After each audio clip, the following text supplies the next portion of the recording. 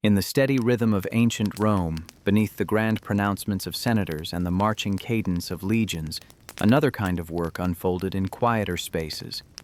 This was the work of hands holding reed pens and metal style, of fingers moving across wax and papyrus, of minds translating spoken words into permanent marks that would outlast empires. The scribes and clerks of Rome formed the connective tissue of civilization itself, recording the daily transactions that kept a vast empire functioning across 3 continents. These were not the celebrated figures of Roman history. Their names rarely appeared in the narratives that chronicled wars and political upheavals. Yet without their labor, conducted in treasury offices and private studies, in military camps and provincial archives, the machinery of Roman governance would have ground to a halt. Every tax collected, every legal judgment rendered, every treaty negotiated, every military supply requisitioned required documentation. The scribes provided this documentation, creating a paper trail that stretched from Britain to Syria, from the Rhine to the Sahara. The work itself demanded a particular temperament. Hours passed in concentration as letters formed under careful hands. The scribe's world was one of precision and patience, where a misplaced mark could alter the meaning of a legal decree or miscalculate the grain supply for a province. In an age when literacy remained the province of a small minority, perhaps only 10 to 15% of the population could read with any proficiency, and far fewer could write with the skill required for official documentation. Those who possessed these abilities occupied a unique position in Roman society, simultaneously essential and often overlooked. To understand the daily existence of Roman scribes and clerks, we must first recognize the sheer volume of documentation that Roman administration required. The Roman state was fundamentally bureaucratic in nature. Unlike earlier civilizations that relied heavily on oral tradition and memory, Rome committed its business to written records with remarkable consistency. Financial accounts tracked revenues and expenditures. Military records documented troop movements, supply distributions, and personnel changes. Legal archives preserved contracts, wills, property deeds, and court proceedings. Religious calendars marked sacred days and ritual obligations. Census records cataloged citizens and their property holdings. Official correspondence connected the emperor and senate with governors and magistrates scattered across the Mediterranean world. All of this documentation passed through the hands of scribes. In the city of Rome itself, public scribes worked from the Aerarium, the state treasury located in the Temple of Saturn at the western end of the Roman Forum. These scribae, as they were known in Latin, held prestigious positions among the 4 grades of apparitores, the permanent staff who assisted magistrates. Unlike elected officials who served brief terms, scribes maintained continuity in government operations, preserving institutional knowledge across changing administrations. The career of a public scribe in Rome offered certain advantages that made these positions highly sought after. Scribes received reliable salaries paid from state funds, a rarity in a society where most work remained unpaid family labor or slave labor. Beyond their base wages, scribes could earn additional commissions for specific tasks, such as collecting revenues or producing official copies of government documents. The work of a scribe in Rome was lucrative enough that positions operated on a rotation system. Scribes served 1 year in the capital, where the most profitable opportunities existed, then spent 2 years in provincial assignments before returning to Rome for another year of service. This rotation reflected both the economic value of the position and the trust placed in those who held it. Scribes had access to sensitive information. They knew the contents of confidential correspondence, the details of financial transactions, the terms of diplomatic agreements. They understood the mechanisms of Roman law, knowledge traditionally reserved for the elite patrician families. In the 4th century before the Common Era, this specialized legal knowledge had been closely guarded. But by the year 305 before the Common Era, a public scribe named Gnaeus Flavius, son of a freedman, shocked Roman society by winning election as curule aedile, a position traditionally held only by the highest social classes. His victory signaled that scribal work, particularly in public service, could serve as a pathway for social advancement. The materials of memory, tools and surfaces. The physical act of writing in ancient Rome involved materials and techniques that shaped the daily experience of scribes. The most common writing surface for temporary records and everyday notes was the wax tablet. These tablets consisted of wooden frames filled with a layer of beeswax, often colored black with soot to provide contrast. The wood typically came from particular species well suited to the purpose. The sandarak tree, a member of the cypress family found in North Africa, provided durable wood that resisted warping. Boxwood served similar purposes. The wooden frame was carved to create a shallow recess, typically only a few millimeters deep, into which molten wax was poured and allowed to set. The preparation of wax tablets required skill. The beeswax needed to be melted carefully to avoid overheating, which could alter its properties. Mixed with the wax were various additives that affected the final product's characteristics. Carbon black from soot created the dark color that made scratched letters visible. Some tablet makers added small amounts of resin or other substances to adjust the wax's hardness. Too soft, and the wax would blur easily or fail to hold fine details. Too hard, and the stylus would skip across the surface rather than cutting cleanly. Finding the right balance was an art passed down through workshops specializing in tablet production. Once the wax hardened, it became a reusable writing surface. The scribe used a stylus, usually made of iron or bronze, though some were crafted from bone or even precious metals for those who could afford such luxuries. Wealthy Romans might commission styli decorated with inlaid gold bands or carved handles, turning functional tools into displays of status. The stylus featured two distinct ends, each serving a specific function. The pointed end scratched letters into the wax surface, creating marks visible as lighter lines against the dark wax. The angle and pressure of the stylus affected the line quality. A scribe developed a feel for the tool, learning to apply consistent pressure that created legible marks without gouging too deeply. The opposite end was flattened into a spatula-like shape. This end could be gently warmed over a lamp, or simply through friction from rubbing, then used to smooth the wax, erasing previous writing and creating a fresh surface ready for new text. The warming had to be judicious. Too much heat and the wax would become soft enough to lose its shape entirely. Just enough warmth made it pliable for smoothing without destroying the tablet's structure. The Romans had a phrase for this clean slate: tabula rasa, which literally meant a tablet that had been scraped smooth. This expression entered philosophical discourse as a metaphor for the mind before it received impressions from experience. Wax tablets served multiple purposes in Roman society. Students used them for schoolwork, practicing their letters under the watchful eyes of teachers. The reusable nature made them economical for repetitive practice. A student could write the same word or passage dozens of times, erasing and starting fresh with each attempt. Merchants employed them for accounts and inventories, recording transactions that needed updating as business conditions changed. The ledgers of shops and warehouses were often maintained on wax tablets that could be modified daily as goods arrived and departed. Government officials made notes during meetings and hearings.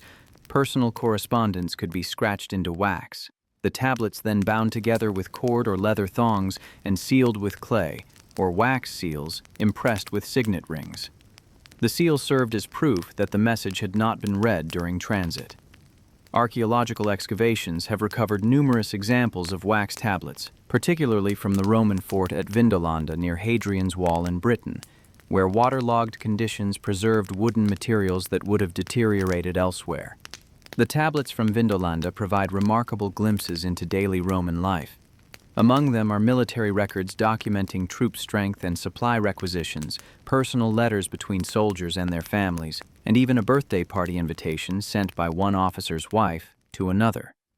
These documents reveal that wax tablets were the primary medium for communication that needed to be portable, temporary, or updated regularly. For a scribe working through routine administrative tasks, wax tablets allowed quick notation and easy correction. For documents intended to be permanent, scribes turned to papyrus, or less commonly in the earlier periods, parchment. Papyrus production centered in Egypt, where the papyrus plant grew abundantly along the Nile. The manufacturing process required considerable skill and followed procedures refined over millennia.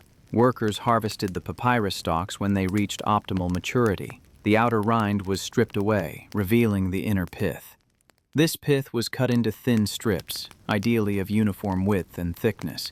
The strips were laid out on a flat surface, positioned side by side to create a sheet. The natural moisture in the plant material provided some adhesion, but the process also involved applying water or a thin starch solution. Once the first layer was complete, a second layer of strips was positioned perpendicular to the first, creating a cross-hatched structure. The two layers were then pressed together, traditionally by placing weights on the sheets or by beating them with mallets. As the material dried under pressure, the plant sugars and fibers bonded the layers into a unified sheet. After drying, the sheets were polished. Workers used smooth stones or shells to burnish the surface, compressing the fibers and creating a smoother writing surface. This polishing step was crucial for quality papyrus. A rough surface would cause reed pens to catch and splatter, while a well-polished sheet allowed ink to flow smoothly. Individual sheets were then joined edge to edge using a flour paste to create rolls of varying lengths. Standard commercial rolls might be 20 to 30 feet long, though custom lengths could be produced for specific purposes. Papyrus quality varied significantly based on the grade of material used and the care taken in production. The Roman writer Pliny the Elder, in his Natural History written in the 1st century of the Common Era, described different grades of papyrus and their respective prices. The finest quality papyrus came from the youngest, most tender portions of the pith. These produced sheets that were smooth, light in color, and uniform in texture. Such premium papyrus commanded prices that made it suitable only for important documents and prestigious literary works. Middle grades used slightly coarser pith and involved less careful polishing. These served adequately for business correspondence and everyday documentation. Lower grades, with more irregularities in surface and thickness, served for rough drafts and situations where appearance mattered less than function. Writing on papyrus required different tools than writing on wax. For papyrus, scribes used pens fashioned from reeds. The reed pen, called a calamus, was typically made from the hollow stem of particular grass species that grew in wetland areas. The scribe cut the reed at an angle to create a nib, then made a small vertical slit in the tip to allow ink to flow from the hollow interior to the writing surface.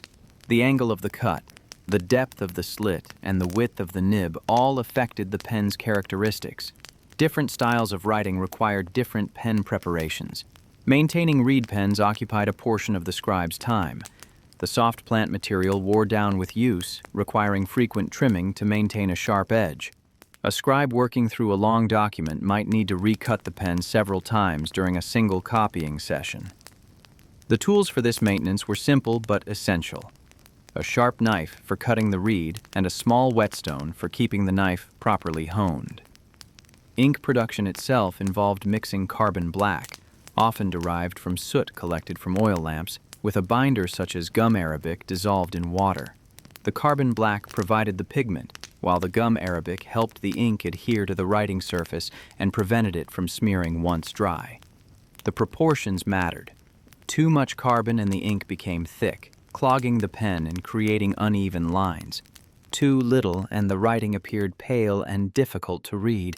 Too much gum made the ink sticky and slow drying. Too little and it would run or smudge easily. Professional scribes often prepared their own ink, according to personal formulas refined through experience. The consistency needed to match the writing surface and environmental conditions.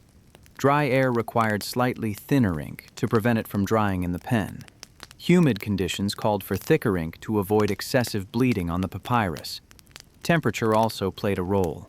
Cold ink flowed sluggishly, while warm ink sometimes became too thin.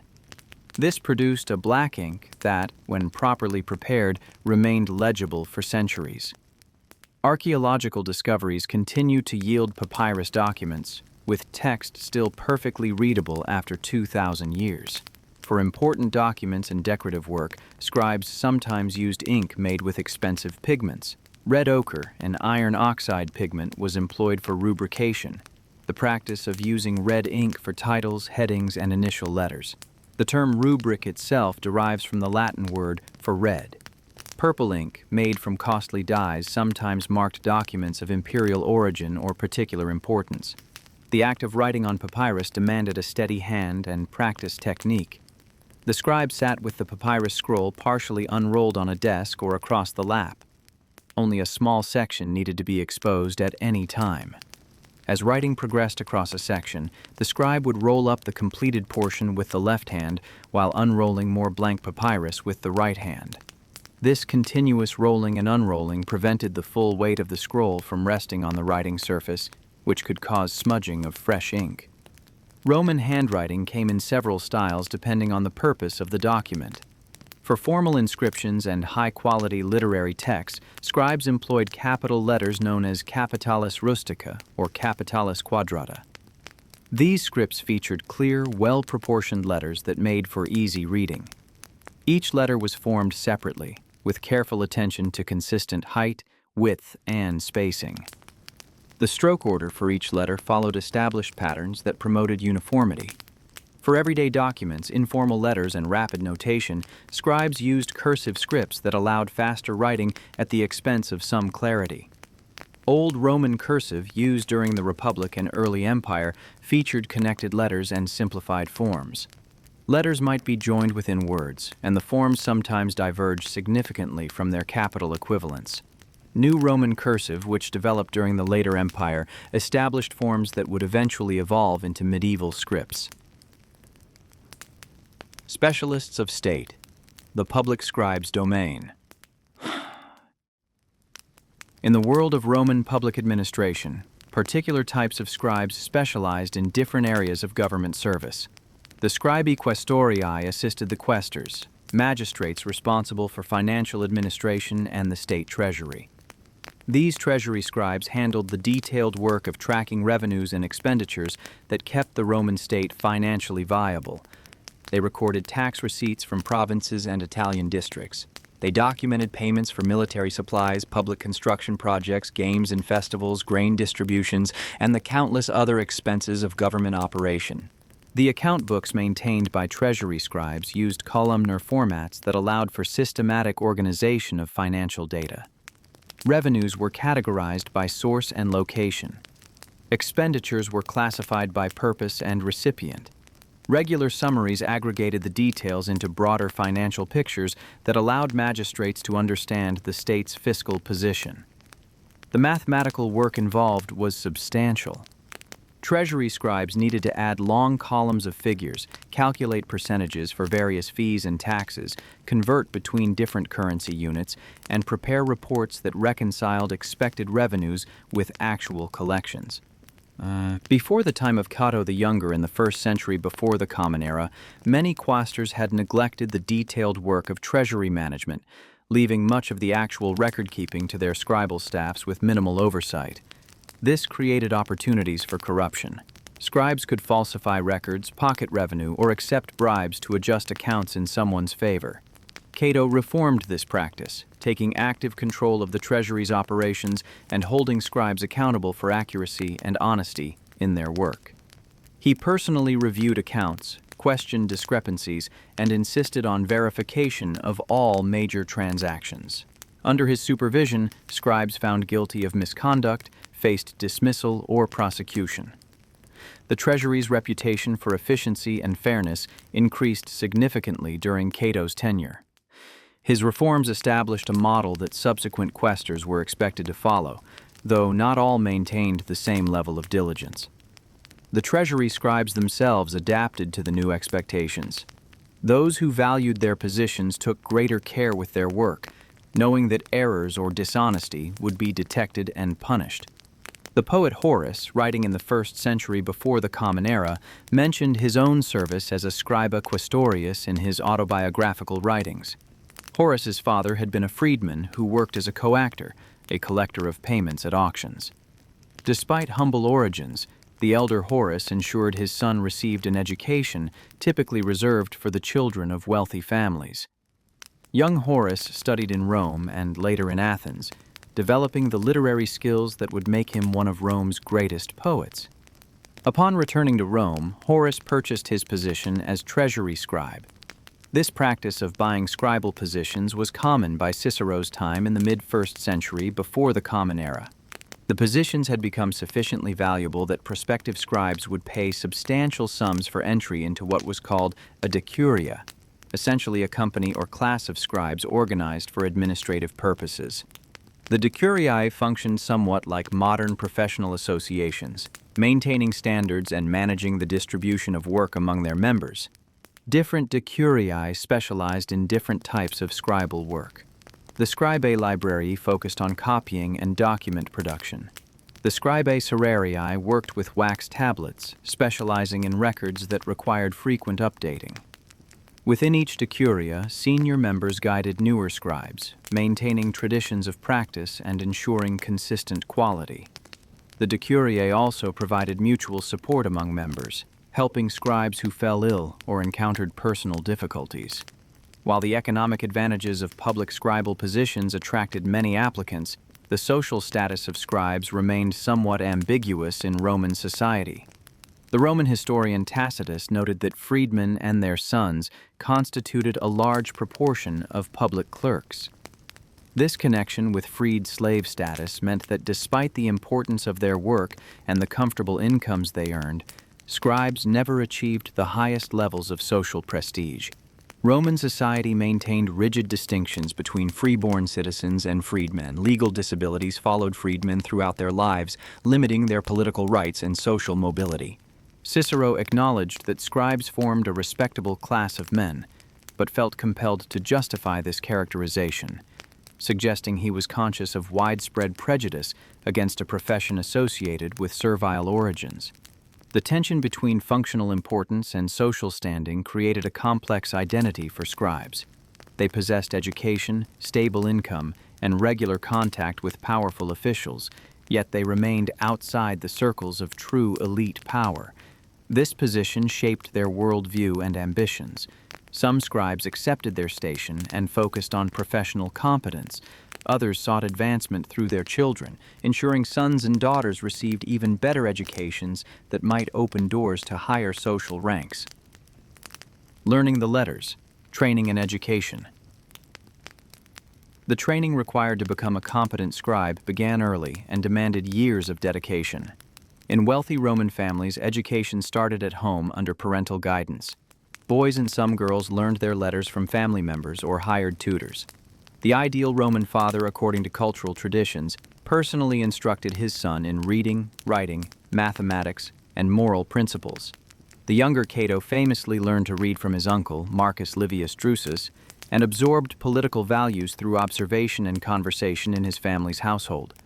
However, as Rome grew and absorbed Greek cultural influences, formal schooling became more common among families who could afford it. The Roman education system developed in 3 stages, each under different types of teachers. The first stage focused on basic literacy and numeracy under the guidance of a literator or ludi magister, an elementary teacher. These teachers operated small schools, often in rented shop spaces or covered porticos. The physical accommodations were minimal. Students sat on benches or stools writing on wax tablets balanced on their laps. The first stage of formal education focused on basic literacy. Young students learned to recognize and form letters, first on wax tablets where mistakes could be easily erased. The teaching method emphasized repetition and memorization. Students traced letters drawn by the teacher until they could form them independently. They practiced writing the same letters dozens or hundreds of times until the movements became automatic. The Roman alphabet contained 23 letters during the classical period, lacking the later additions of J, U, and W. Once students could form individual letters, instruction moved to syllables, then words, and finally sentences. Reading instruction followed a similar progression. Students first learned to recognize letters, then to combine them into syllables, then to read complete words. The earliest reading texts used simple, moralistic sayings designed to instill virtue along with literacy. Reading aloud was standard practice. Roman reading typically involved vocalizing text, even when reading alone. Silent reading was uncommon enough to be worthy of comment when observed. Teachers employed repetition and memorization as primary pedagogical methods. Students copied standard text repeatedly until proper letter formation became automatic. The process could be harsh. Teachers maintained discipline with corporal punishment. The ferula, a cane or rod made from giant fennel stalks, was the standard disciplinary tool. Students who made errors, daydreamed, or misbehaved received strikes on their hands or legs. Ancient sources make clear that Roman schools were not gentle environments. Parents accepted this severity as necessary for effective learning. For a student aspiring to become a scribe, education continued beyond basic literacy. The grammaticus, a teacher of language and literature, provided the second stage of education. Under the grammaticus, students studied grammar, read classical authors, and learned to analyze texts. The curriculum centered on Greek and Latin literature. Students read Homer's Iliad and Odyssey, Virgil's Aeneid, plays by Terence and Plautus, and various other works considered foundational to proper education. The study of grammar involved detailed analysis of language structure. Students learned the parts of speech, rules of syntax, proper spelling, and stylistic principles. They parsed sentences, identifying the function of each word. They studied meter and poetic forms. They memorized passages from classical literature and analyzed the choices made by great authors. This level of education prepared young Romans for the more sophisticated reading and writing demanded in administrative and legal work. Rhetorical exercises formed another component of intermediate education. Students practiced composing speeches on assigned topics, learning to organize arguments persuasively. They studied figures of speech and learned to vary sentence structure for effect. These skills had direct application for scribes who needed to draft correspondence or compose administrative reports based on general instructions from officials. Mathematical training formed another essential component of scribal education. Roman numerals, the standard system for recording numbers, required specific knowledge for calculation. The system used letters to represent values: I for 1, V for 5, X for 10, L for 50, C for 100, D for 500, and M for 1000. Numbers were formed by combining these symbols according to specific rules. The position of symbols mattered. A smaller value before a larger value indicated subtraction, while symbols in descending order indicated addition. Scribes needed proficiency in addition, subtraction, multiplication, and division to manage accounts, calculate taxes, and track supplies. Addition and subtraction were relatively straightforward, though adding long columns of Roman numerals required care to avoid errors. Multiplication and division were more challenging without the positional notation that modern numerals provide. Scribes used various methods, including repeated addition, doubling, and reference to multiplication tables that had to be memorized. The abacus provided essential assistance for complex calculations.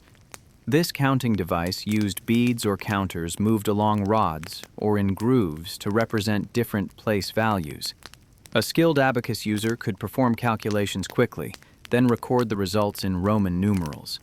Proficiency with the abacus was expected of any scribe working with financial accounts. Some scribes also studied geometry, particularly those who worked in surveying, architecture, or military engineering. Beyond these fundamental skills, aspiring scribes often underwent apprenticeships. Young men entered scribal offices or workshops where they learned through observation and supervised practice. An apprentice might begin by preparing materials, mixing ink, cutting reed pens, and organizing tablets and papyri. As skills developed, the apprentice would progress to copying simple documents under supervision. Experienced scribes reviewed the work, correcting errors and providing guidance on technique. The apprenticeship model allowed for transmission of practical knowledge that formal schooling did not address. An apprentice learned which documents required which levels of formality.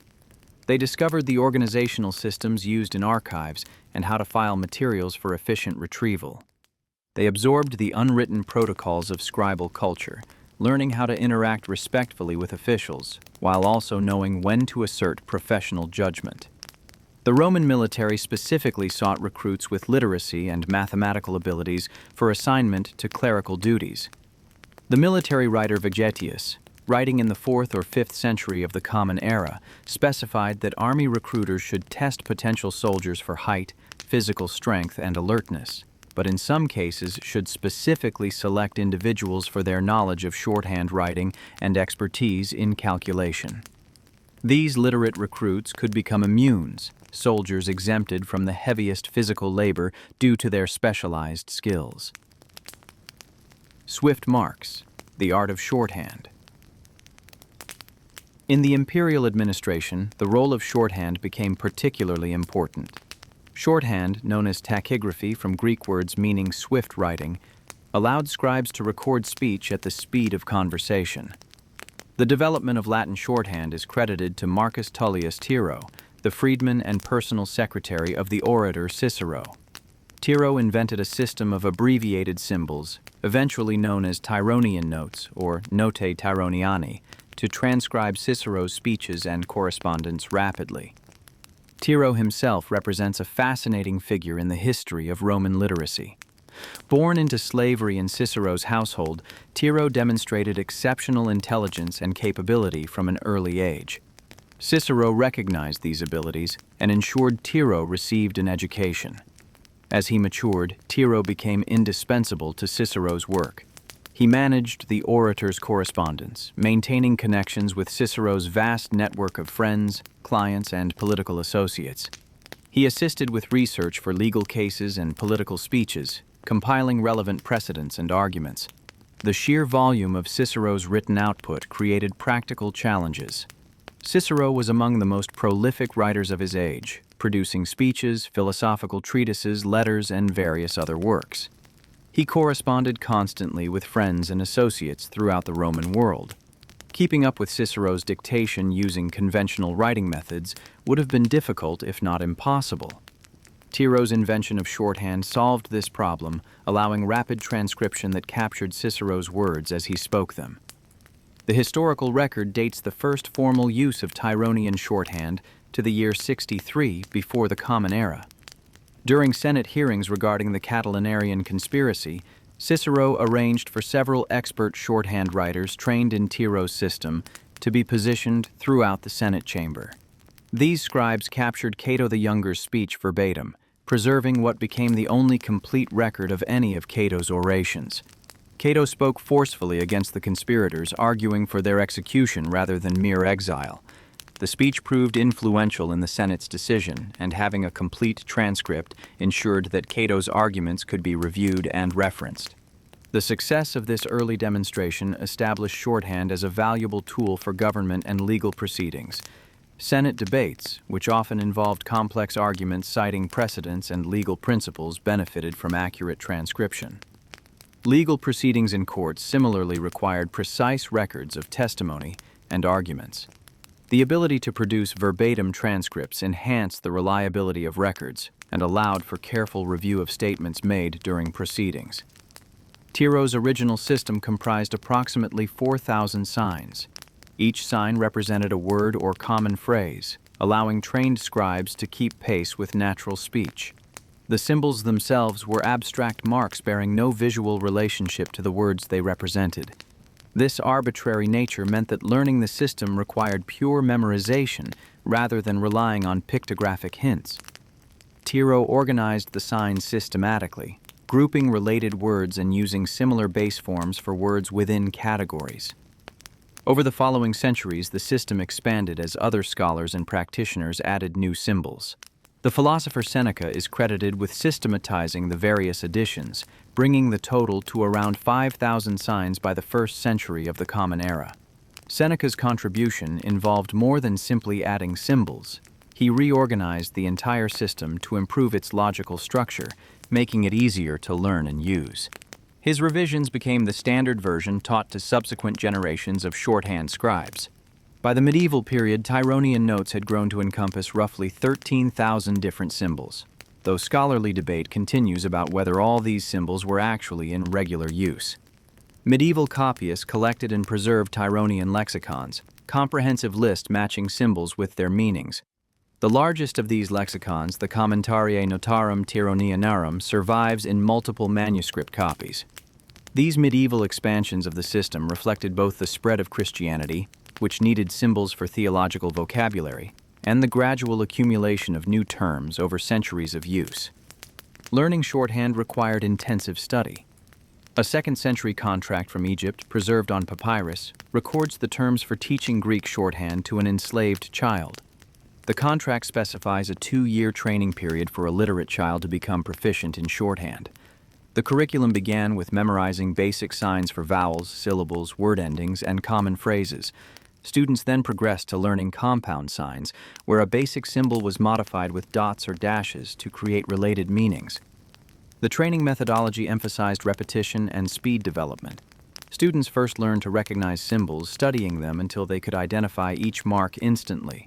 Recognition drills involved flashcards or lists where the teacher would point to symbols and the student would call out meanings.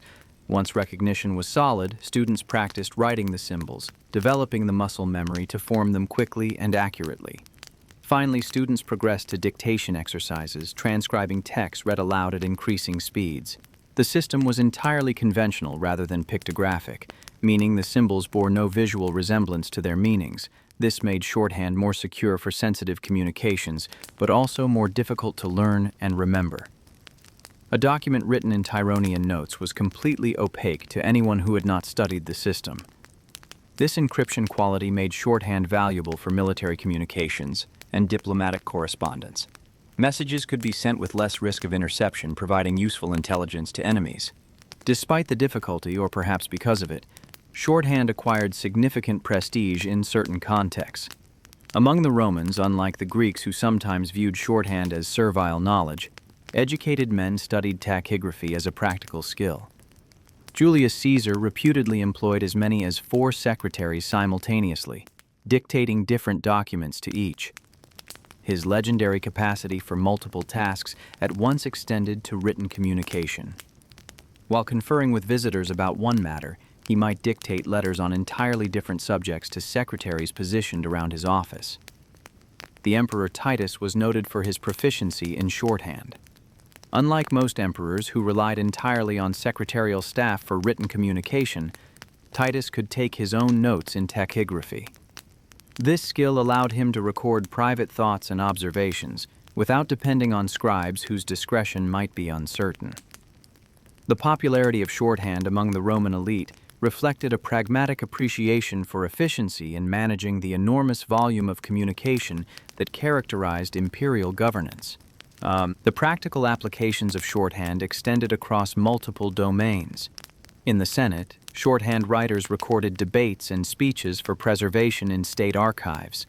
Teams of stenographers positioned themselves strategically to ensure complete coverage of proceedings. In law courts, they transcribed testimony and arguments.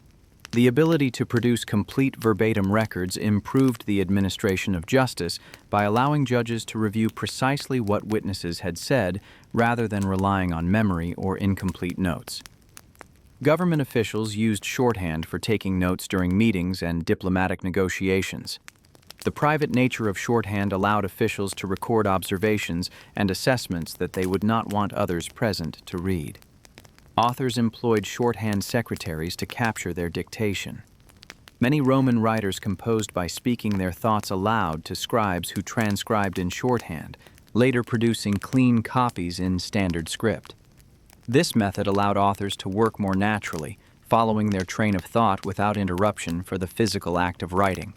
The Christian Church later adopted shorthand extensively for recording sermons and theological disputations. Early Christian communities wanted to preserve the teachings of their leaders accurately. Shorthand allowed disciples to capture complete sermons rather than relying on memory or partial notes.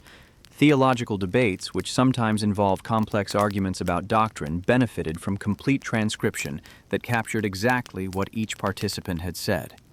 The Church's adoption of shorthand ensured the technique's survival through the medieval period, when many classical practices were abandoned. Provincial voices. Scribes across the empire.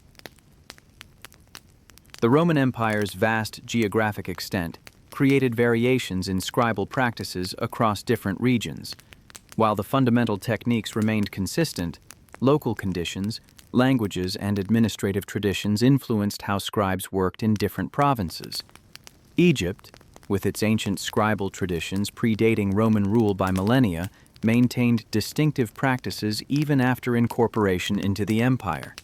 Egyptian scribes had worked with papyrus for thousands of years and possessed unmatched expertise in producing and using this material. In Egypt, bilingual scribes who could write in both Greek and Egyptian hieratic or demotic scripts commanded premium positions. The native Egyptian population largely spoke Egyptian dialects, while the administrative apparatus functioned in Greek, the language of governance since the Ptolemaic period.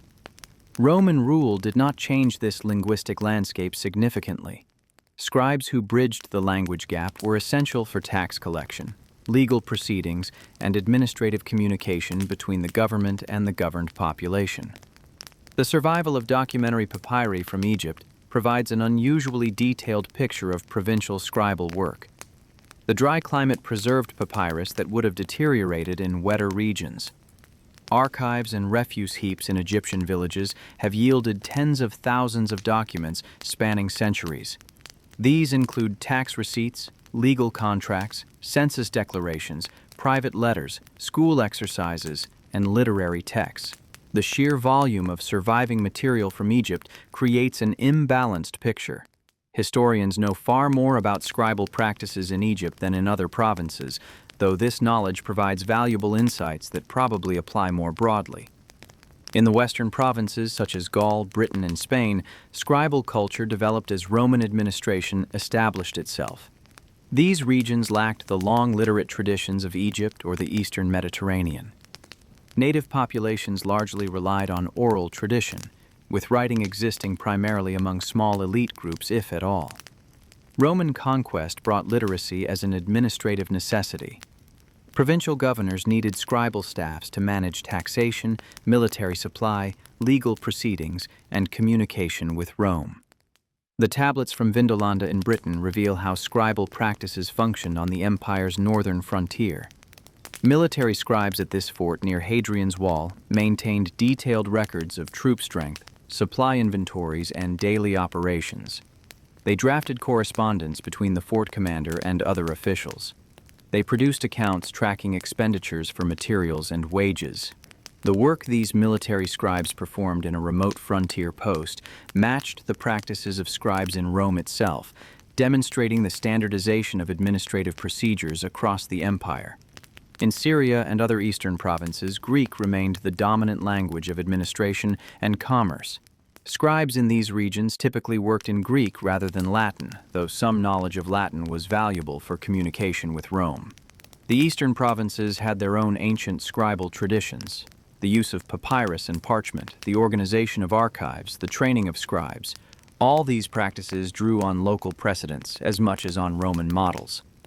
The integration of these regions into the empire created a synthesis where Roman administrative requirements were met using methods adapted from existing Eastern practices. Language diversity across the empire created demand for scribes skilled in translation. Official documents issued in Latin needed translation into Greek for use in Eastern provinces. Petitions and reports from Greek-speaking regions required translation into Latin for officials in Rome who might not read Greek fluently. While educated Romans typically learned Greek, not all administrators possessed equal facility with the language. Bilingual scribes who could move smoothly between languages were particularly valuable in provincial administration. The physical toll, bodies and burdens.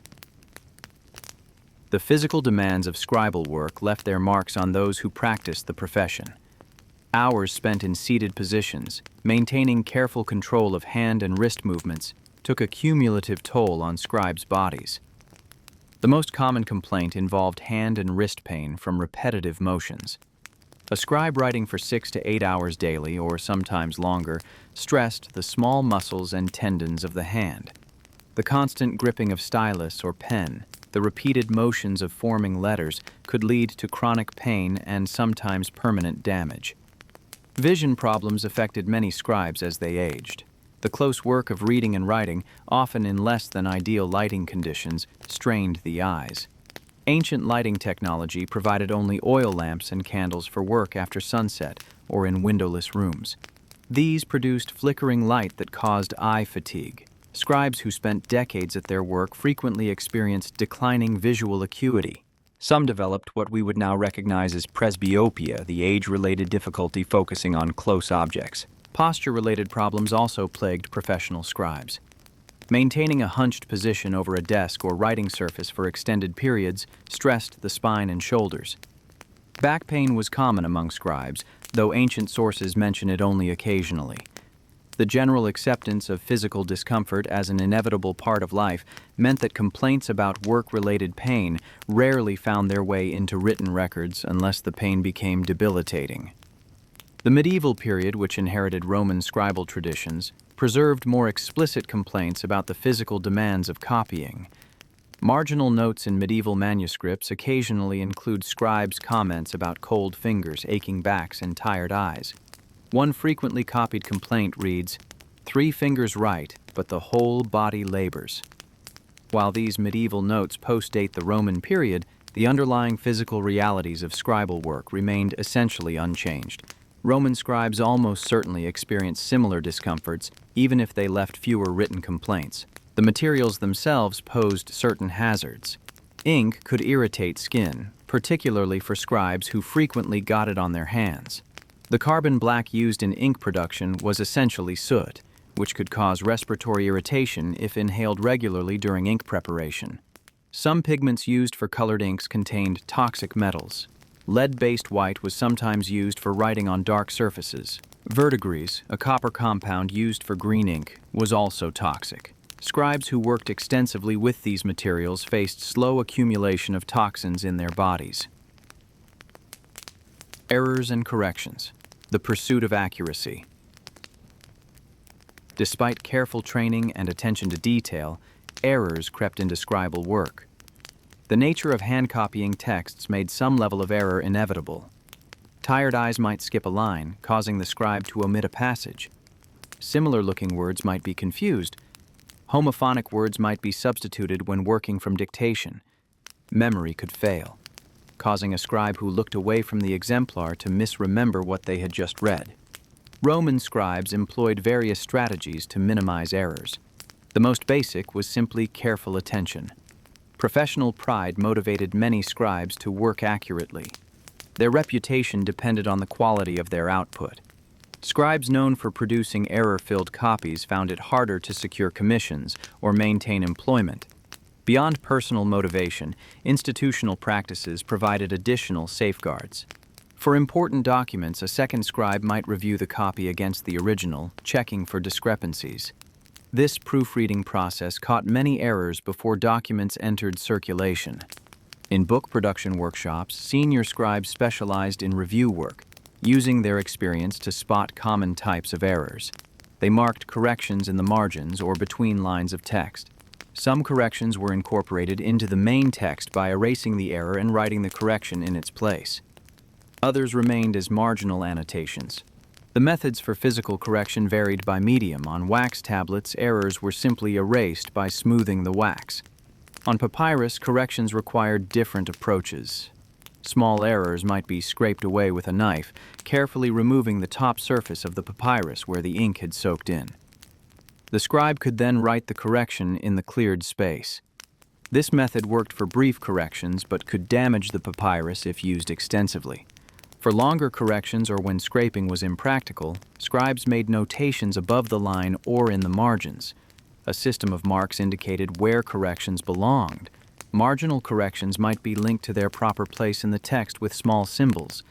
Multiple corrections on a single page required careful coordination to ensure a reader could follow the intended text accurately. Despite these efforts, errors accumulated as texts were copied across generations. Each copying introduced new mistakes. Some errors were corrected in subsequent copies, but others persisted and sometimes multiplied. Scholars who study ancient texts must reconstruct what the original likely said by comparing multiple manuscript copies and analyzing the patterns of variation. The science of textual criticism developed specifically to address the problem of scribal errors. Some copying errors were essentially random, the result of momentary inattention or confusion. Others followed predictable patterns. Ditography, the accidental doubling of letters, syllables, or words, occurred when a scribe's eye jumped back to text already copied. Haplography, the opposite error of omitting repeated elements, happened when a scribe's eye jumped forward past repeated material. When two lines ended with the same word or phrase, a scribe might skip from the first occurrence to the second, omitting everything in between. This type of error, called parablepsis or eye skip, was particularly common and particularly damaging since it could result in the loss of substantial passages. Archives and memory. Organizing the past. The preservation of permanent records led to the establishment of archives, secure locations where documents could be stored and retrieved as needed. In Rome itself, the most important state archive was the Tabularium, a massive structure built on the Capitoline Hill in the year 78, before the Common Era. The Tabularium was commissioned during the dictatorship of Sulla as part of a broader redevelopment of the Capitoline after fire damage in 83 before the Common Era. Quintus Lutatius Catulus, consul in 78 before the Common Era, supervised its construction. The Tabularium occupied a prominent position overlooking the Roman Forum. Its imposing arcade of 11 large arches created a distinctive backdrop for the western end of the Forum. The building served as the central repository for official state archives, including laws, treaties, senatorial decrees, and public records. Bronze tablets recording important legislation were stored within its chambers. These tablets represented the most permanent form of documentation in Roman practice. Unlike papyrus, which deteriorated over time, bronze preserved text indefinitely under proper storage conditions. Government officials could consult these archives to verify the text of laws, check the terms of treaties, or research precedents for current decisions. The availability of comprehensive, organized records enhanced the consistency and legitimacy of Roman governance. When disputes arose about what a law said or what obligations a treaty imposed, officials could consult the archived original documents rather than relying on memory or conflicting accounts. The Tabularium's location on the Capitoline Hill held symbolic significance. The Capitoline was the religious and political heart of Rome, home to the Temple of Jupiter, Optimus Maximus, the most important religious site in the Roman state. Placing the archives on this sacred hill linked the preservation of written records with divine authority, suggesting that Roman law enjoyed the protection and endorsement of the gods. The visual prominence of the building, with its massive arches visible from throughout the Forum, served as a constant reminder of law's permanence and importance. The actual function and organization of the Tabularium remains subject to scholarly debate. Recent archaeological and epigraphic research has questioned the traditional identification of the building.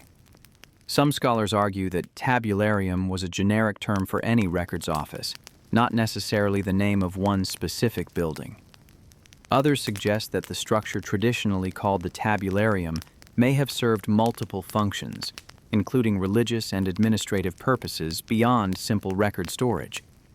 Whatever the precise details of the tabularium's operation, the principle it represented was clear. Rome recognized the importance of preserving written records in a secure, centralized location.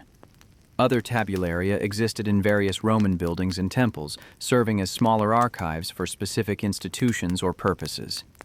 Military units maintained their own archives where personnel records, supply accounts, and operational reports were filed. Provincial governments established local record offices where tax documents, census data, and legal proceedings were preserved. Religious organizations preserved their own documents in temple archives. Priestly colleges maintained records of rituals, calendars of festivals, and interpretations of divine signs. These religious archives were ancient, some predating the Republic.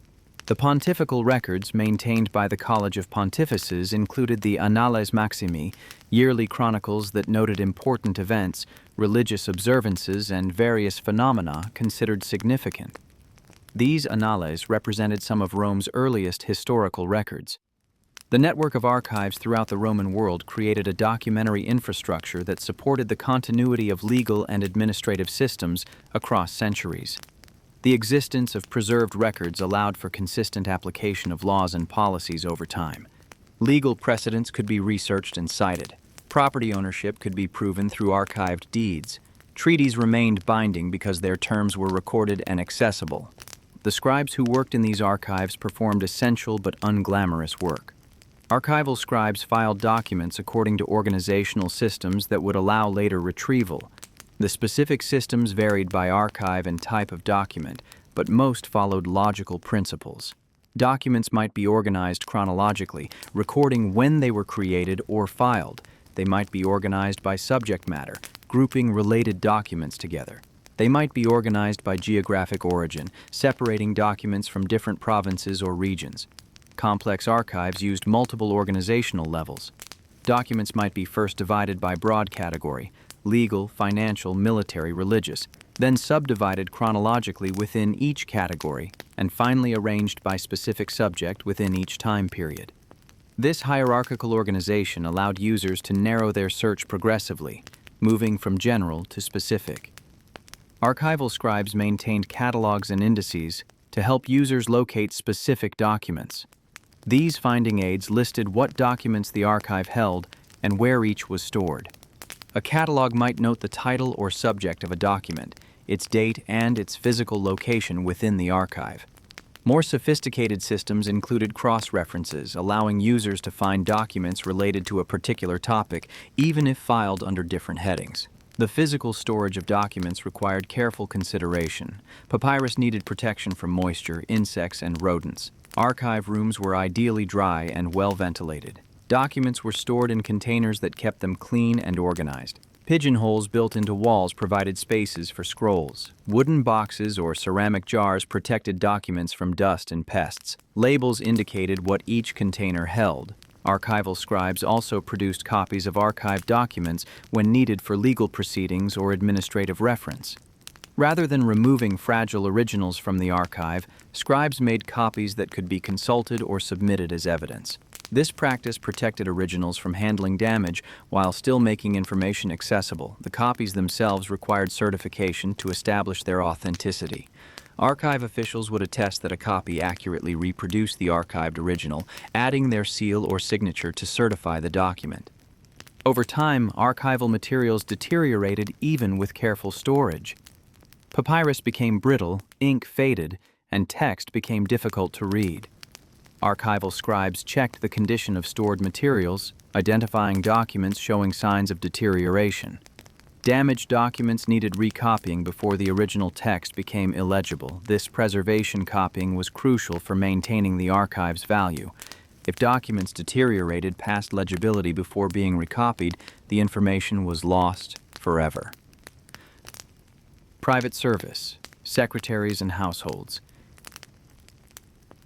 In the private sector, wealthy Romans often employed personal scribes to manage household affairs and correspondence.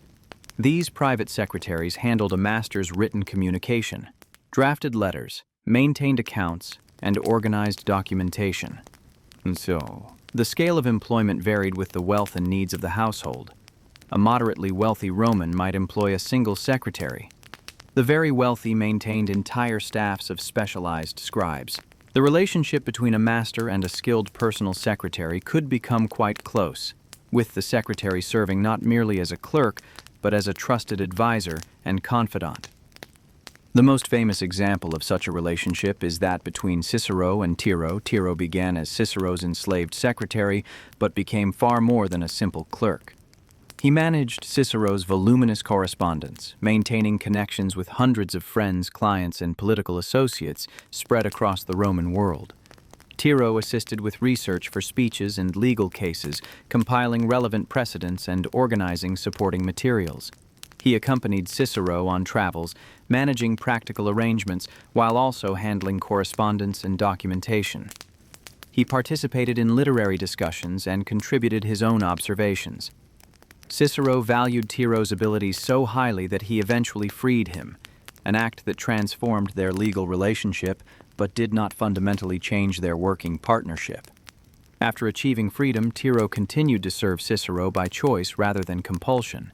Their relationship evolved into something resembling friendship, though always colored by the original master-slave dynamic and the social gulf that remained between a patrician statesman and a freedman secretary. The letters between Cicero and Tiro that survive show genuine affection and concern on both sides. Cicero worried about Tiro's health and urged him to rest when illness struck. Tiro managed Cicero's affairs conscientiously and mourned deeply after Cicero's assassination in 43 before the Common Era. After Cicero's death, Tiro devoted himself to preserving his former master's legacy. He collected and edited Cicero's letters, ensuring they survived for future generations. He wrote a biography of Cicero, though this work has not survived. He compiled editions of Cicero's speeches, adding explanatory notes. These editorial activities ensured that Cicero's extensive writings remained accessible and influenced subsequent generations. Without Tiro's preservation efforts, much of Cicero's work might have been lost. Tiro's case illustrates the complex social position of private scribes. Those born into slavery faced significant social stigma, even after achieving freedom. Roman law marked freed persons as distinct from the freeborn, imposing certain legal restrictions. Freedmen could not hold public office or serve in the legions. Their children, though freeborn, carried some social disadvantage from their parents' servile origins. Yet individual freedmen could achieve considerable success and respect based on their abilities and relationships. Tiro's invention of shorthand, his literary contributions, and his long association with one of Rome's greatest orators gave him a historical reputation far exceeding what most Roman citizens, even freeborn citizens of respectable family, ever achieved. His name is remembered 2 millennia after his death, because of his innovations and his connection to Cicero. Countless Roman nobles who held high office left no trace in history, while Tiro, the freedman's secretary, is studied and discussed by scholars worldwide. For wealthy Romans, maintaining a staff of educated slaves and freed persons represented both practical necessity and social prestige. A man of position needed secretarial support to manage his obligations. The volume of correspondence alone required dedicated staff. Romans of the senatorial class might receive dozens of letters daily during periods of political activity. Composing appropriate responses demanded time and skill.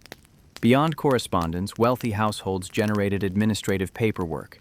Estate managers submitted reports on agricultural production and expenses.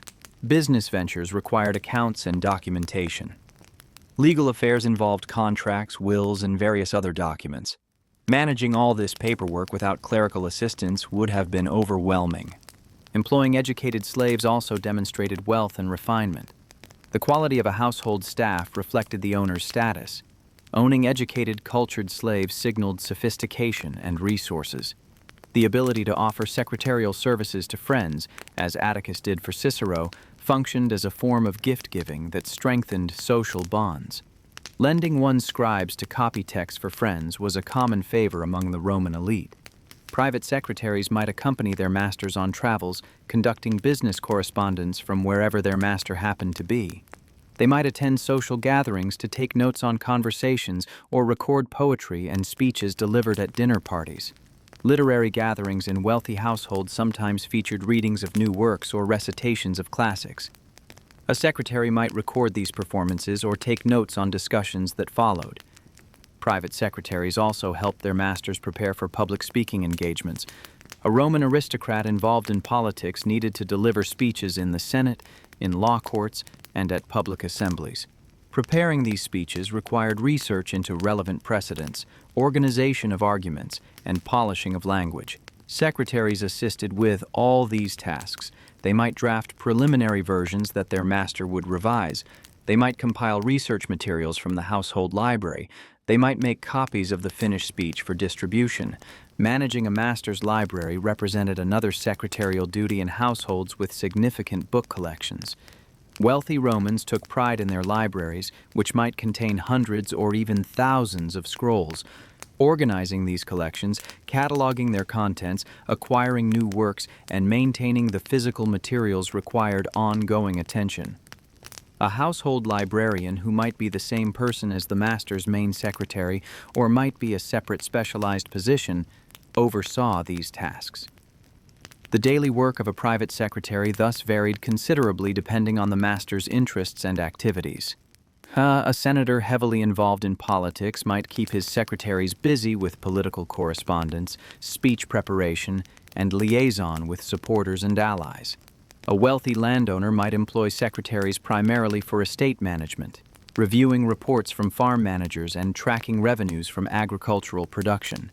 A literary patron might use secretaries to help evaluate works submitted by aspiring authors seeking support, to assist in hosting cultural gatherings, and to maintain correspondence with writers and intellectuals.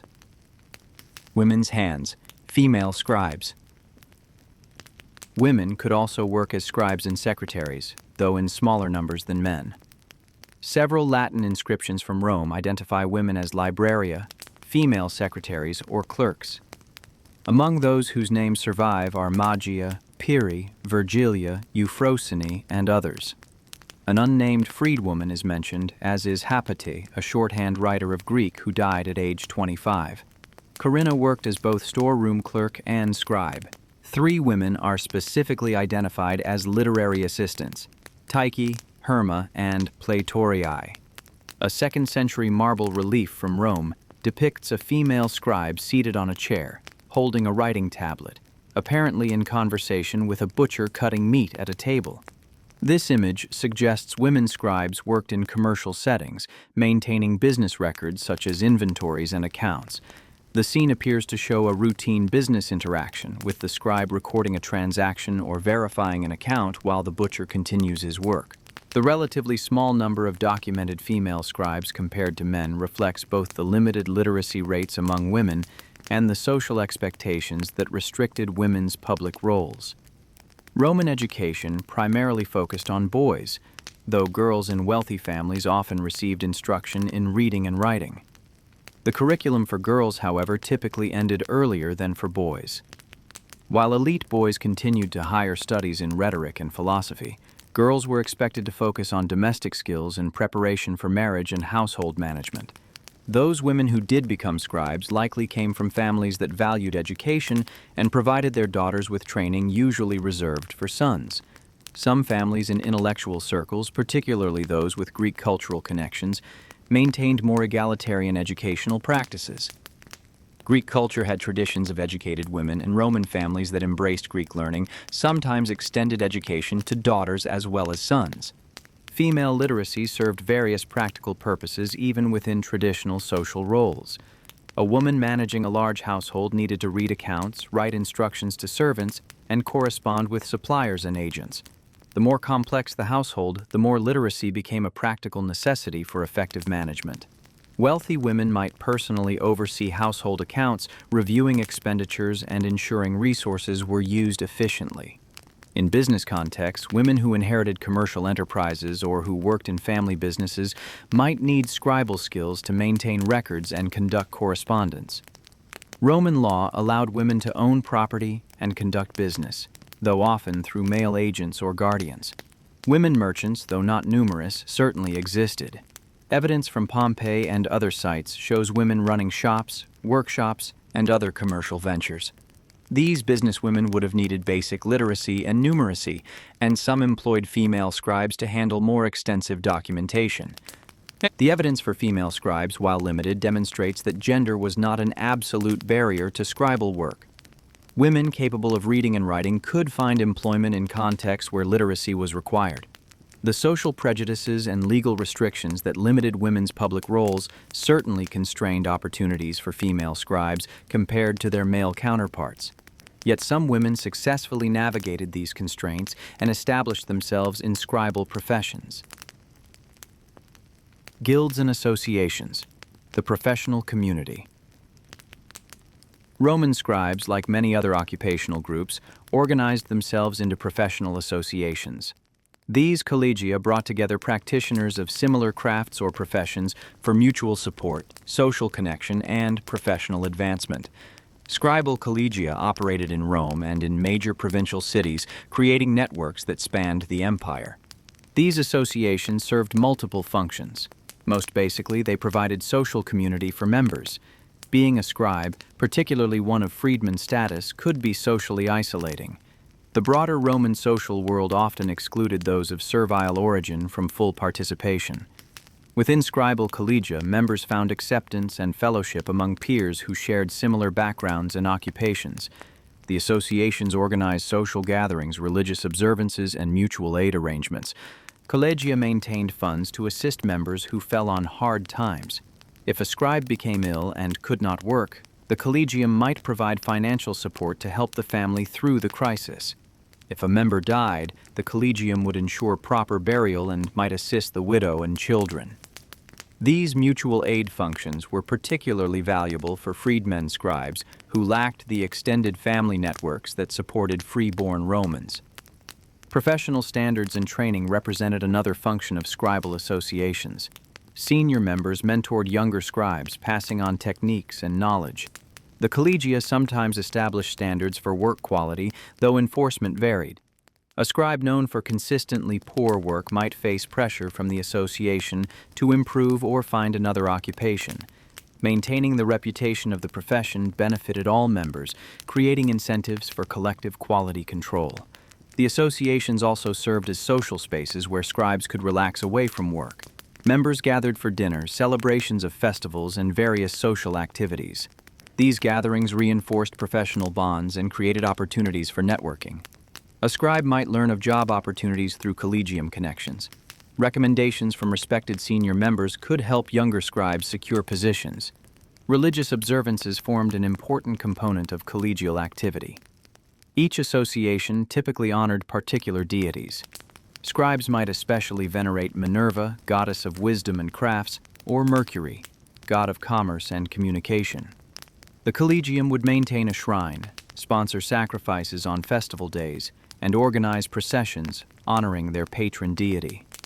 These religious activities provided spiritual meaning while also creating visible public presence for the profession. The physical meeting places of collegia varied by location and the wealth of the association. Some maintained dedicated buildings with meeting halls, dining rooms, and shrine spaces. Others met in rented spaces or in temples.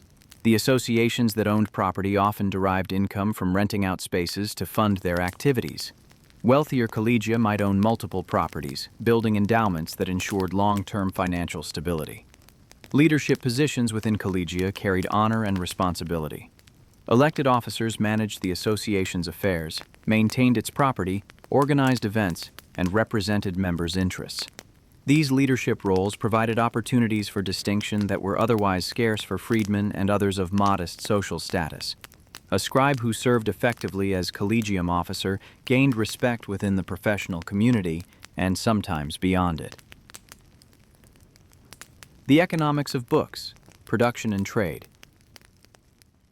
The commercial production and sale of books represented a significant sector within the broader scribal economy. The book trade in Rome and other major cities involved complex networks of producers, sellers, and consumers. Understanding this trade provides insight into how literary culture functioned and how scribes made their livings in the private sector. Book production began with securing rights to copy a text. For contemporary works, publishers typically negotiated with authors, offering payment in exchange for permission to produce copies. The amounts varied based on the author's reputation and the anticipated demand for the work. A celebrated poet or popular historian might command substantial advance payments. Unknown authors were fortunate to secure any payment at all and might instead receive a number of free copies to distribute to potential patrons. Once rights were secured, the publisher needed to produce an exemplar, a master copy from which other copies would be made. This exemplar required special care to ensure accuracy, since all subsequent copies would reproduce its errors. A skilled senior scribe typically produced the exemplar, working slowly and carefully from the author's original manuscript. The completed exemplar was then checked against the original to catch any discrepancies. With an accurate exemplar prepared, production of commercial copies could begin. For works expected to sell well, publishers maintained inventories of copies ready for immediate sale. This required estimating demand accurately. Producing too many copies tied up capital in inventory that might not sell quickly. Producing too few meant lost sales when demand exceeded supply. Publishers developed expertise in gauging market appetite for different types of works. The physical format of books affected production costs and selling prices. Scrolls of different lengths required different amounts of papyrus. Longer works might be divided across multiple scrolls to keep each individual scroll manageable. Very long historical works or epic poems routinely filled multiple scrolls. Buyers purchasing complete works needed to acquire entire sets, which might comprise a dozen or more individual scrolls. The quality of materials significantly influenced final cost. Premium papyrus, carefully selected for uniformity and smoothness, cost substantially more than standard grades. The difference in writing quality justified the higher cost for luxury editions. Deluxe copies might also feature wider margins, more careful formatting, and decorative elements. These luxury products served as gifts or as display items in private libraries where their appearance mattered as much as their content. Standard commercial editions used adequate but not premium materials and focused on producing clear, readable text without elaborate presentation. These editions served readers who wanted the content without paying for luxury materials. Economy editions, using lower-grade papyrus and produced more quickly with less attention to aesthetics, made texts available at the lowest prices. Students, those of modest means, and buyers seeking texts primarily for information rather than display purchased economy editions. The pricing structure for books reflected these quality differences. A deluxe edition of a philosophical work might cost 20 or 30 denarii, representing a week's wages or more for skilled artisans. A standard edition of the same work might sell for 8 to 10 denarii. An economy edition could be had for perhaps 5 denarii. These prices made books accessible across a fairly broad spectrum of Roman society, though still beyond the reach of the urban poor and rural peasantry. Bookshops operated in the commercial districts of Rome and other major cities. These shops displayed available titles, allowed customers to browse, and sometimes maintained reading rooms where people could consult books without purchasing them. Shop owners knew their inventory thoroughly and could recommend works to customers based on their interests. The personal relationship between booksellers and regular customers created networks through which literary information circulated. Some bookshops specialized in particular types of literature. One might focus on Greek works, serving the educated elite who prided themselves on their Hellenic learning. Another might emphasize technical works, agricultural manuals, architectural treatises, medical texts. Yet another might cater to popular taste with contemporary poetry and entertaining histories. This specialization allowed shops to develop expertise and reputations that attracted appropriate clientele. The booksellers themselves occupied an interesting social position. As merchants, they were engaged in commerce, which Romans considered somewhat degrading for citizens of good family. Yet as purveyors of culture and learning, they dealt in respected goods and associated with educated customers. Successful booksellers could prosper financially while maintaining social connections with the literate elite. Some booksellers were freedmen who had established their businesses with savings accumulated through earlier work. Others were free-born citizens who had entered trade despite its social ambiguities. Christianity and the scribal tradition. The rise of Christianity transformed scribal culture in significant ways.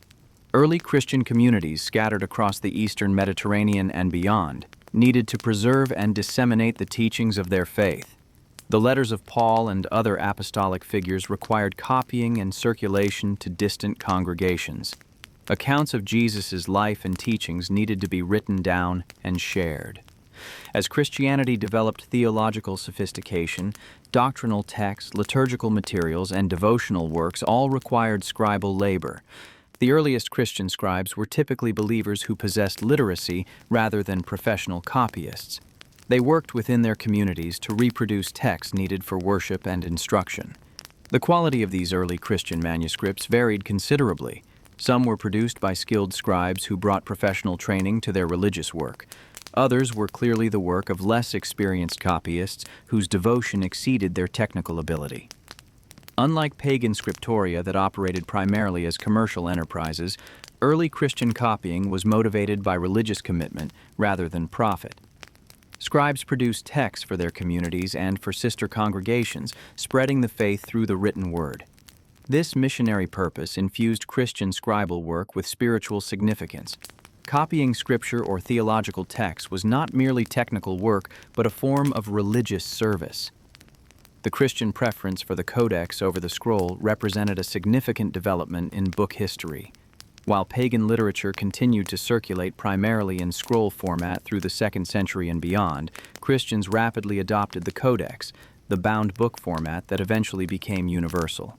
The codex offered practical advantages for Christian users. It allowed easier location of specific passages important for texts frequently consulted during worship and study. It could contain more text in a more compact format than scrolls. It was also less expensive to produce for lengthy works. As Christianity gained official recognition and eventually imperial patronage in the 4th century, Christian scriptoria became more institutionalized.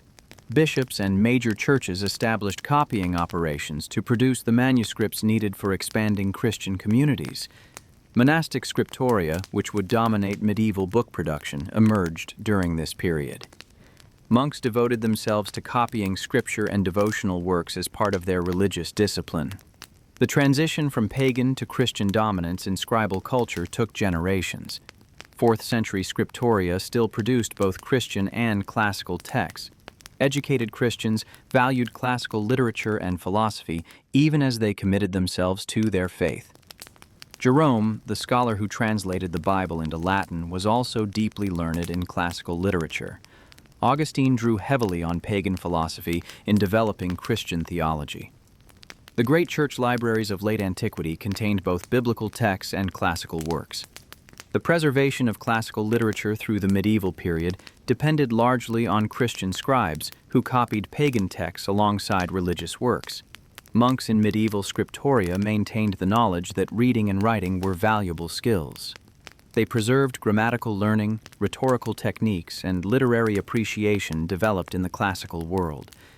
Without this continuity through Christian scribal culture, far less classical literature would have survived to the modern era. Daily rhythms. The scribe's workday. The daily routine of scribes varied considerably depending on their employment and circumstances. Public scribes working in government offices typically followed regular schedules tied to official business hours. They might arrive at their offices in the morning, spend the day on their assigned tasks, and depart in the evening. The rhythm of work matched the patterns of Roman urban life, which began early with the dawn and slowed as daylight faded. A public scribe's day might begin with reviewing any correspondence or documents that had arrived overnight or very early in the morning. Urgent matters required immediate attention and might be brought directly to the scribe's supervising magistrate. Routine items would be sorted and prioritized for processing throughout the day. The scribe might draft responses to correspondence, working from general instructions or from notes made during discussions with officials. If financial accounts required updating, the morning might involve entering recent transactions, calculating totals, and preparing reports. Tax records needed regular maintenance as payments arrived from various sources. Supply accounts tracked the continuous flow of materials into and out of warehouses. The scribe's mathematical skills found daily employment in these routine but essential calculations. Meetings and hearings occurred throughout the day, requiring scribes to attend and take notes. A scribe might sit to the side during official proceedings, tablet or papyrus at hand, recording what transpired. Important statements might be captured in shorthand for later transcription into formal minutes. The ability to listen carefully while writing, to distinguish important points from routine discussion, and to organize notes coherently all required skill developed through practice. Copying documents consumed substantial portions of many scribes' days. Official communications needed multiple copies for distribution. New legislation required copying for provincial archives. Important documents wore out with use and needed replacement copies. A scribe might spend hours carefully reproducing text from an exemplar, maintaining concentration to avoid errors that would render the copy unreliable. Breaks punctuated the workday. Romans typically ate their main meal in mid-afternoon, and scribes would pause for this refreshment. Shorter breaks might occur throughout the day, allowing rest for tired hands and eyes.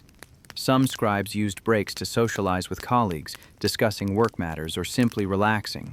Others might use the time for personal business, running quick errands, or checking on family matters. The workday ended as daylight faded. Working by lamplight was possible, but expensive and tiring for the eyes. Most scribes completed their work during daylight hours when possible. Evening time was their own for family life, social activities, or rest. The pattern repeated daily, with some variation depending on the particular demands of each day's work. For private scribes working in wealthy households, the daily routine adapted to their master's needs and habits. If the master rose early, the secretary needed to be available. If the master preferred working into the evening, the secretary accommodated this schedule. The irregular demands of a political or legal career meant that busy periods alternated with quieter times. During political campaigns or major legal cases, a secretary might work long hours helping prepare speeches and manage correspondence. During quieter periods, the work might be lighter and more routine.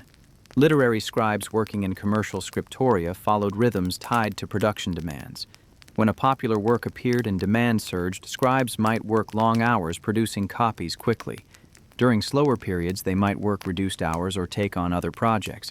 The piecework nature of much commercial copying meant that income fluctuated with the amount of work available. Family and household. Life beyond work. Scribes, like all Romans, embedded their working lives within family and household contexts. For scribes of freedman status, family took on particular importance as a source of security and meaning in a society that often marginalized those of servile origin. Building stable households, raising children, and establishing respectability through family life represented significant achievements. Marriage patterns among scribes reflected broader Roman social norms, while also showing distinctive features related to their particular circumstances. Freedmen scribes commonly married freedwomen, women who shared similar backgrounds and social status. These marriages often originated in relationships that began during enslavement. A male and female slave in the same household might form a relationship, marry after gaining freedom, and build their lives together as free persons. The children of these marriages were freeborn, legally distinct from their parents despite the parents' servile origins. This distinction mattered greatly in Roman society. While freedmen faced certain legal disabilities and social prejudices, their freeborn children enjoyed fuller citizen rights and fewer social barriers. Parents invested heavily in their children's education and advancement, hoping to establish their families more firmly in respectable society. Scribes' households often centered on literacy and learning. A scribe's children grew up surrounded by books, tablets, and writing materials. They observed their father at work, absorbed the importance of education, and often learned to read and write at earlier ages than other children. This early exposure provided advantages when formal schooling began. Children who already knew their letters could focus on more advanced learning, while other students struggled with basics. The home life of scribes probably involved books and reading in ways uncommon in other households. A scribe might bring work home, completing copying or drafting tasks in the evening. Family members might see text before they circulated more widely. Conversations at meals might touch on literary topics or on matters discussed in correspondence the scribe had handled. This intellectual environment enriched children's upbringing and shaped their worldviews. Scribal families faced economic realities like all working households. Income from scribal work, while more reliable than many occupations, still had to cover housing, food, clothing, and other necessities. Scribes of modest means lived in rented apartments in multi-story buildings that housed Rome's non-elite population. These apartments varied in quality and size, with the poorest accommodations on upper floors lacking running water and having minimal amenities. More prosperous scribes might afford better housing with more rooms and better facilities. The most successful might own their residences, though this remained uncommon for those of freedman background. Housing costs consumed a significant portion of most urban households' budgets. The trade-off between housing quality and other expenditures required careful management. Food represented another major expense. Scribes' families purchased much of their food in markets, since urban housing rarely included facilities for food production or storage. The grain dole provided subsidized wheat to eligible citizens, reducing food costs for those who qualified. Vegetables, oils, wine, and occasional meat or fish supplemented the basic grain-based diet. Families with more resources enjoyed more varied and abundant diets. Those struggling economically ate more simply. Clothing and household goods required periodic expenditure. Tunics wore out and needed replacement. Children outgrew their clothing. Household items broke or wore out. These irregular expenses demanded planning and saving. Scribal families that managed their finances carefully could gradually improve their circumstances, accumulating modest reserves that provided security against illness or other misfortunes. Social life for scribal families often centered on professional and neighborhood connections. The collegium provided social networks among fellow scribes. Neighborhood relationships with others living in the same building or district created local community. Religious festivals and public entertainments offered opportunities for social participation. These connections provided support, information, and a sense of belonging in the vast and sometimes anonymous urban environment. Documents and deeds, types of scribal production.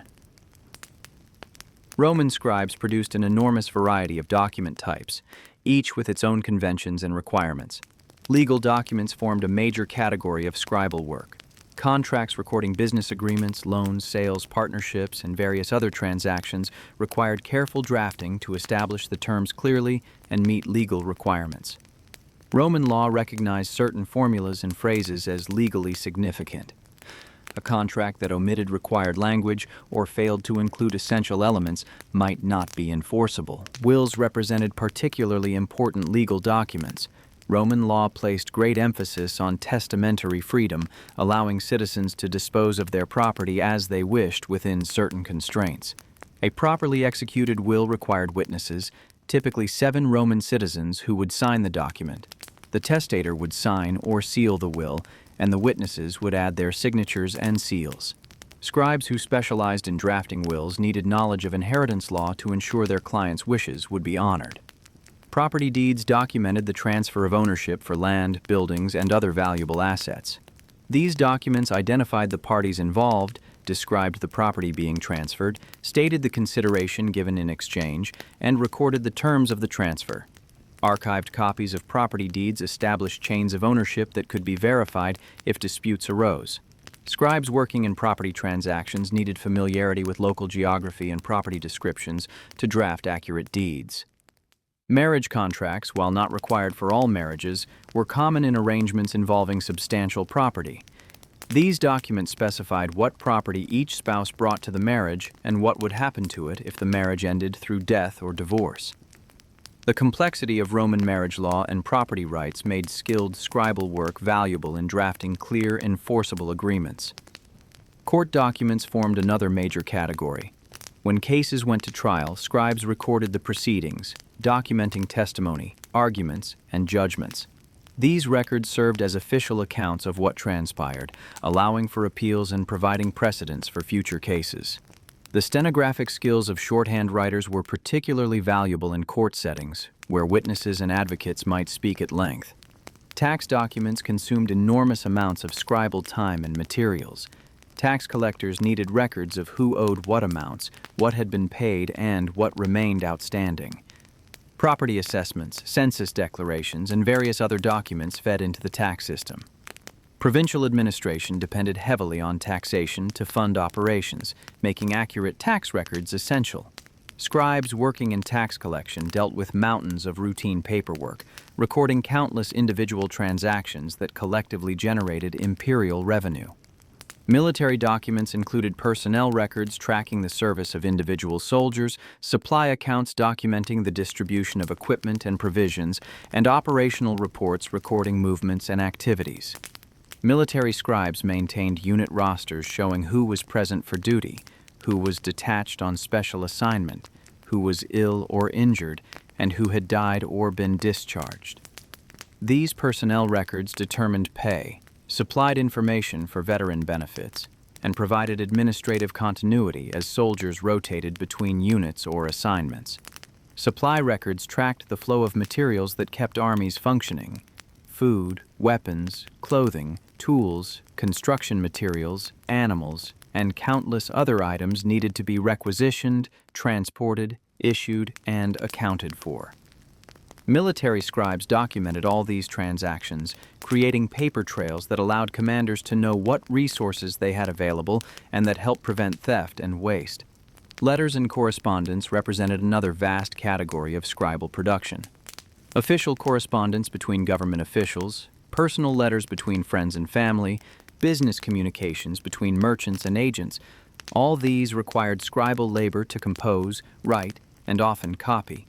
Important letters might be drafted multiple times before a final version satisfied the sender. Copies of significant correspondence were retained for reference, requiring additional scribal work. Literary manuscripts, while representing a smaller portion of total scribal output than administrative and legal documents, held cultural importance far exceeding their numbers. Scribes who copied literary works preserved the intellectual heritage of classical civilization. Works of poetry, history, philosophy, drama, and oratory were copied and recopied across generations. The survival of these texts depended entirely on scribes finding them valuable enough to copy. The social position, between servitude and opportunity. The social mobility that scribal work could provide remained constrained by Roman social structures. The case of Gnaeus Flavius, the scribe who became curule aedile in 305 before the Common Era, remained exceptional precisely because it was so unusual. Most scribes, even successful public scribes with comfortable incomes, remained in the ranks of the apparatus, the administrative class that served magistrates without joining the senatorial or equestrian orders. The highest offices of the Roman state remained reserved for those born into elite families or for military commanders who achieved prominence through conquest. Roman society maintained rigid hierarchies based on birth, wealth, and legal status. At the top stood the senatorial order, comprised of the wealthiest and most prestigious families. Below them were the equestrians, a wealthy but non-senatorial class. Below the equestrians were the ordinary free citizens, ranging from prosperous merchants and landowners to struggling farmers and urban workers. Below the citizens were freedmen, former slaves who had gained their freedom but remained marked by their servile origins. At the bottom were slaves, who had no legal personality and were considered property rather than persons. Scribes might be found at various levels of this hierarchy depending on their birth status and circumstances. Enslaved scribes worked at the bottom, laboring without wages or freedom. Freed scribes occupied an intermediate position, possessing liberty but burdened by social stigma and legal restrictions. Freeborn scribes of modest backgrounds might achieve comfortable middle-class status through their work, but remained excluded from elite circles. Only very rarely did scribes or their descendants rise into the equestrian order. Yet within these constraints, scribal work offered opportunities unavailable to most Romans. The steady income and respectable status of a public scribe exceeded what most free laborers could achieve. Agricultural workers, construction laborers, and others engaged in physical work earned daily wages that barely provided subsistence. Their income fluctuated with availability of work and season. They had little job security and faced poverty in old age when physical strength declined. Public scribes, by contrast, enjoyed reliable salaries, steady employment, and work that did not depend on physical strength. A scribe could continue working into old age as long as eyesight and mental faculties remained adequate. The specialized knowledge of law and administration that scribes acquired gave them practical power within their sphere of operation. Officials depended on scribal expertise to navigate administrative procedures and locate information in archives. This dependence gave skilled scribes a degree of influence despite their subordinate formal status. The proximity to magistrates and access to official information provided networking opportunities and political awareness. Scribes observed how government worked from the inside. They understood which officials held real power, how decisions actually got made, and where opportunities existed. This knowledge could be parlayed into various advantages. Scribes might advise others seeking to navigate government bureaucracy, earning fees or favors. They might identify commercial opportunities arising from government policies or contracts. They might position themselves to benefit from political changes by maintaining relationships with rising figures. Some scribes used their knowledge and contacts to guide business ventures. Understanding tax policies, land regulations, and commercial law provided advantages in business. Scribes who saved their earnings might invest in properties, workshops, or trade ventures. Success in business could elevate a scribe's family over generations. The son of a prosperous scribe might receive education sufficient to enter business or even qualify for equestrian status if the family accumulated sufficient wealth. The educational requirements for scribal work also meant that scribes' children often had better prospects than their parents. Literacy tended to run in families, with literate parents teaching their children to read and write from an early age. The son of a scribe, growing up in a household where writing was a daily activity, where books were valued, where education was prioritized, stood a better chance of advancing further in society. The legacy, scribes, and civilization. The cumulative effect of this scribal work, conducted over centuries by thousands of individuals whose names are mostly forgotten, shaped the development of Western civilization in fundamental ways. The preservation of classical literature depended on scribes copying texts across generations. Without their labor, the works of Virgil, Cicero, Livy, Tacitus, and countless others would have vanished. Every surviving text from antiquity exists because scribes considered it worth copying. The administration of justice relied on legal records maintained by scribal offices. Roman law became a systematic body of knowledge rather than a collection of isolated judgments, because scribes documented legal proceedings, filed court records, and maintained archives where precedents could be researched. The Roman legal tradition that influenced all subsequent European law depended on this documentary foundation. The collection of taxes that funded public works and military operations required detailed record-keeping by financial scribes. Roman engineering achievements, aqueducts, roads, bridges, public buildings, were paid for through systematic taxation. The administrative apparatus that made systematic taxation possible depended on scribes who recorded assessments, tracked collections, and maintained accounts. The transmission of orders across a vast empire moved through scribal hands, drafting, copying, and filing correspondence. Imperial governance required constant communication between the emperor in Rome and governors in distant provinces. Military campaigns needed coordination across multiple army groups. Trade required contracts and shipping documents. All this communication depended on literate scribes who could transform spoken commands into written orders that maintained their authority across distance and time. The very idea of government through written law and bureaucratic procedure, rather than through personal authority and oral tradition, was made possible by literate scribes who could document, preserve, and retrieve information.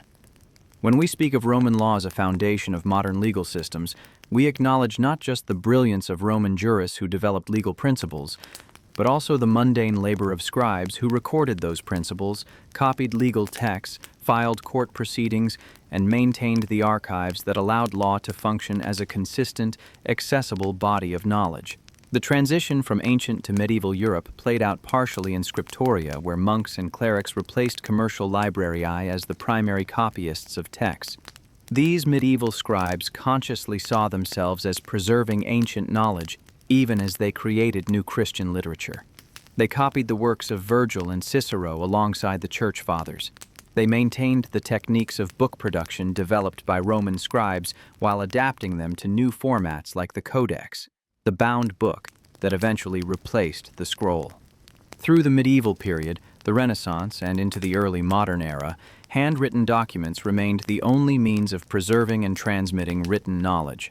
Not until Johann Gutenberg developed printing with movable type in the 15th century did mechanical reproduction finally eclipse the scribe. Even then, the transition took generations.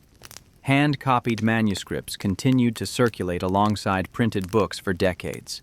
The scribal tradition thus extended from ancient Mesopotamia, where cuneiform writing first appeared, through classical Greece and Rome, into the medieval monasteries, and finally to the early modern era, spanning more than 4,000 years. Throughout this long history, the essential skills remained consistent: the ability to form letters clearly, the patience for sustained concentration, the precision to reproduce text accurately, the judgment to organize and file documents usefully.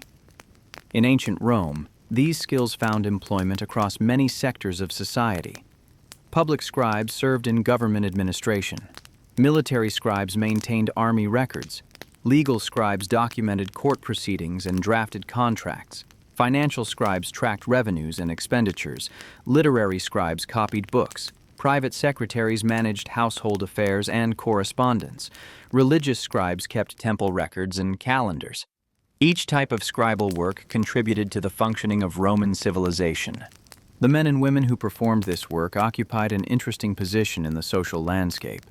They were essential but not powerful, respected but not elite, educated but often of humble origin. Their labor lacked the drama of military conquest or political struggle. It offered none of the glory that Romans celebrated in their histories and monuments.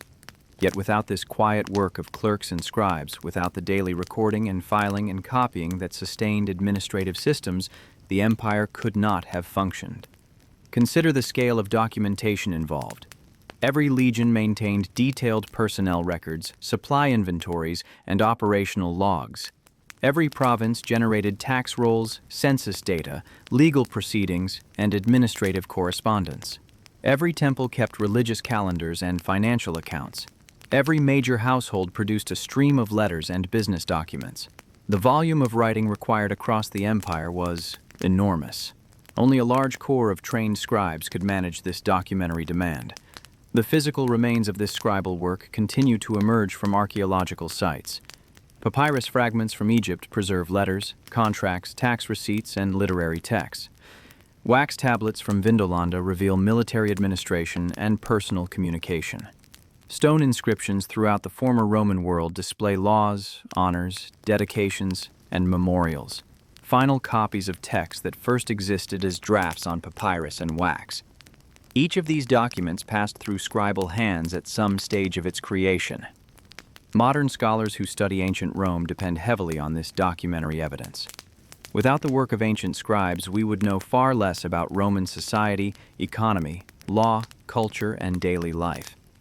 Literary sources provide one kind of knowledge, but documents offer something different, direct evidence of how Romans conducted their actual business rather than how authors thought they should conduct it.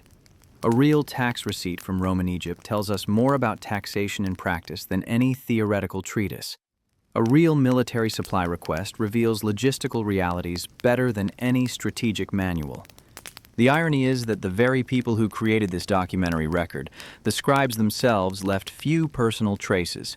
We know the names of some public scribes from inscriptions recording their positions. We know of literary scribes like Tiro because of their connections to famous masters. We can identify some women scribes from tomb inscriptions. But the vast majority of scribes who labored in treasury offices, in military camps, in commercial scriptoria, in household studies, these individuals remain anonymous. Their work survives, but their names have vanished. This anonymity was perhaps inherent in the nature of scribal work. A scribe's job was to record the words and deeds of others, not to express personal creativity or achieve individual recognition. The better a scribe performed this function, the more invisible they became. Their writing should be clear and legible, but not distinctive. Their copies should be accurate, but not interpretive. Their organization of documents should be systematic, but not personal. The ideal scribe disappeared into the work, leaving behind texts that spoke in other voices. Yet we should remember that real people with individual lives performed this work. They felt the fatigue of long hours at their desks. They experienced the satisfaction of completing a difficult copying task. They navigated the politics of their workplaces. They worried about their own status and their children's futures. They took pride in their skills or felt frustrated by their limitations. They found meaning in their contribution to something larger than themselves, or they simply did their jobs for the income it provided. The quiet work of Roman clerks and scribes sustained an empire and preserved a civilization. In offices throughout the Roman world, hands held pens and style, forming the letters that recorded laws, treaties, accounts, letters, stories, poems, and prayers. This work lacked glamour but possessed profound importance. It created the documentary foundation upon which Roman society rested. It maintained the institutional memory that allowed complex organizations to function across time and space. It transmitted knowledge between generations, ensuring that learning hard-won by one age could be accessed by ages to come. As we contemplate this ancient work, performed under oil lamps and in natural light streaming through windows, in cold archives and warm studies by slaves and freed persons and free-born citizens, we recognize an essential truth. Civilization depends not only on great deeds celebrated in monuments, but also on quiet labor sustained across centuries. The scribes knew this. They understood that their work mattered even though history would barely notice them. They bent over their tablets and scrolls, forming letters carefully, preserving words precisely, maintaining records diligently, day after day, year after year, generation after generation. In that patient labor, in that quiet dedication, in that careful attention to detail, the scribes and clerks of ancient Rome made their contribution to history. They may not have shaped events directly, but they documented those events for posterity. They may not have created great literature, but they copied it for future readers. They may not have governed the empire, but they enabled its governance through their administrative work. Their service was essential. Their legacy endures. If you've enjoyed learning about the quiet work of Roman clerks and scribes, please consider liking this video and subscribing to the channel for more historically rich content designed for relaxation and sleep.